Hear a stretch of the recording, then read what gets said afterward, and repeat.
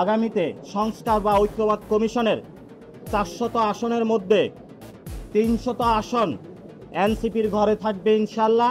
রাজনৈতিক দল হিসেবে নিবন্ধন পেতে নির্বাচন কমিশনে 43,000 পৃষ্ঠার ডকুমেন্ট সহ আবেদন করেছিল এনসিপি।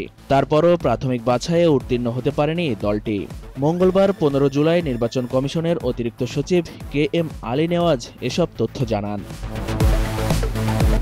তবে শুধু এনসিপি নয়, নির্বাচন কমিশনের নিবন্ধন চেয়ে আবেদন করা 144টি দলের কোনোটিই প্রাথমিক বাছাইয়ে উত্তীর্ণ হতে পারেনি।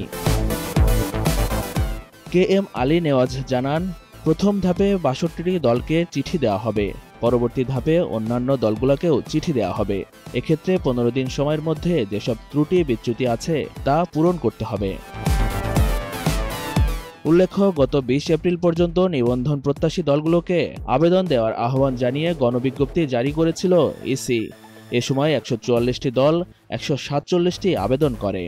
নিবন্ধনের আবেদন জমা দেওয়ার সময় এনসিপির নাসির উদ্দিন পাটোয়ারি বলেন, নির্বাচন কমিশনের নিবন্ধন পেতে যেসব শর্ত পূরণ করতে হয় তার জন্য যত কাগজপত্র প্রয়োজন তা ট্রাকে করে নিয়ে এসে ইসিতে জমা দিয়েছি।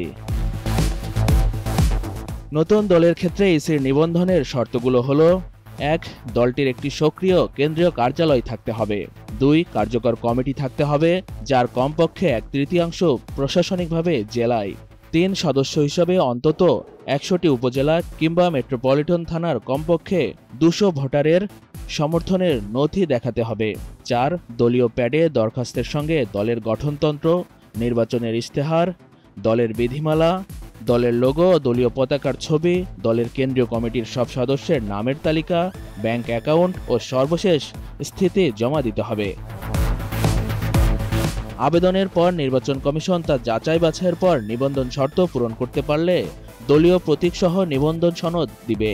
উল্লেখ্য, বর্তমানে নির্বাচন কমিশনে নিবন্ধিত রাজনৈতিক দলের সংখ্যা 51টি।